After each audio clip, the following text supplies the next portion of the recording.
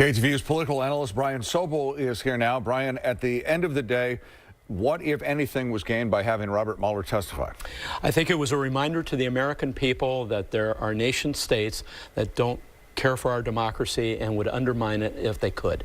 And we're talking about the Russians and the Chinese and the North Koreans and the Iranians, and that it's ongoing, and we'll see more of it in this coming election year. Brian, do you think the sense is Democrats are feeling dejected or deflated? This wasn't the day that they were hoping for. Do you think they will continue their impeachment process bubble was sort of deflated or popped today? Will they move forward, do you think, in your opinion, with impeachment word? I'm sure they're canvassing their folks to see if they could pick up some people who were interested in moving ahead with impeachment.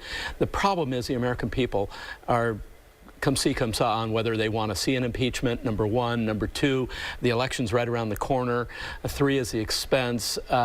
Impeachment may well be off the table, and we certainly get that sense from Speaker Pelosi. Brian, do you get the sense that at some point here people are just tired of all of this? That this is something that's going on in Washington, but the general people, the general public cares about health care, a job, things like that? Absolutely. At the end of the day, the Democrats, as a ramp up to the election, need to talk to the American people about the issues beyond this probe that's been going on for so very long. If they want to topple Donald Trump, if they want to replace him as president, they have to have a plan.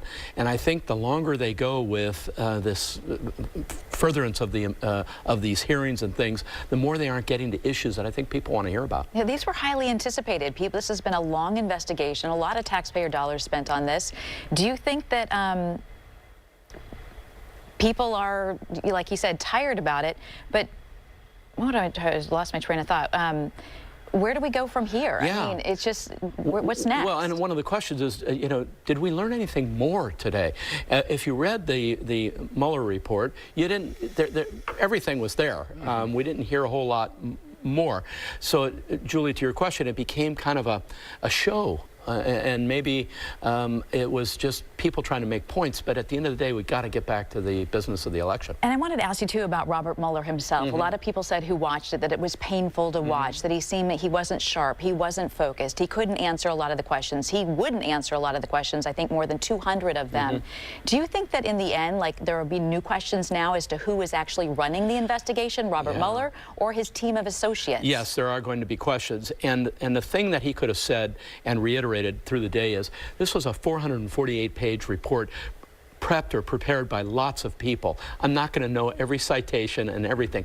I can give you the overarching results of this report, but specifics, you know, I'm going to have to refer to the document. I think at the end of the day, he looked like he had a rough time out there. He's going to be 75 on August 7th of this year. Not that that's old, but maybe just the combination of the work and everything else just has fatigued him. Brian, going back to the foreign interference, regardless of whether you think President Trump is good or bad, one of the things that did come out of the testimony today was just how serious this foreign interference is. And at one point, Robert Mueller said, they're doing it as we sit here, and they expect to do it in the next campaign.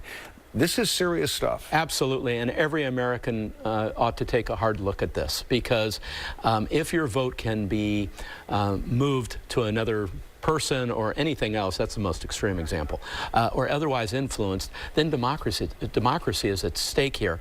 And these nation states have a reason to try to undermine our democracy, and we have to be on guard for this. All right, Brian, we'll leave it at that. Absolutely. Thank you for your input tonight. We appreciate it. Absolutely.